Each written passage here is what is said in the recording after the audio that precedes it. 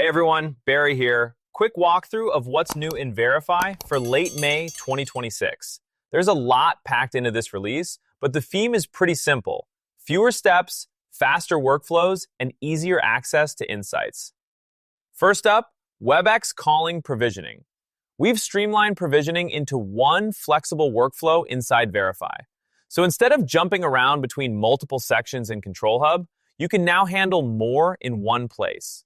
That means you can run unified jobs that combine multiple operations together, like creating a virtual line and assigning a device, all in a single workflow.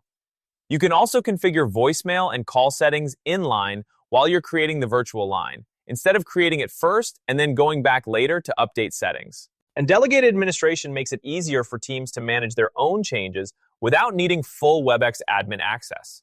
Bottom line, less clicking, less context switching, and faster Webex calling provisioning at scale.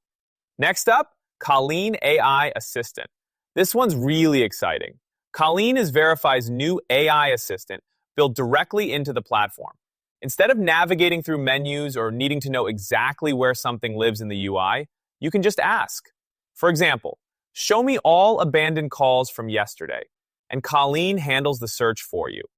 Available now in early access is natural language call history search, with even more coming soon, including user administration, widget creation, dashboards, and reports.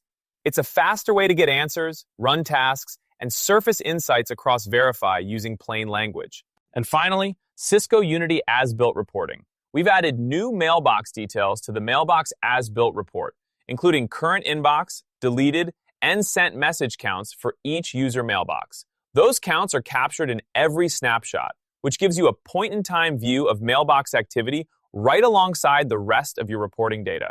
That's the late May 2026 release. Faster Webex calling provisioning, natural language access with Colleen AI Assistant, and deeper mailbox visibility in Cisco Unity reporting.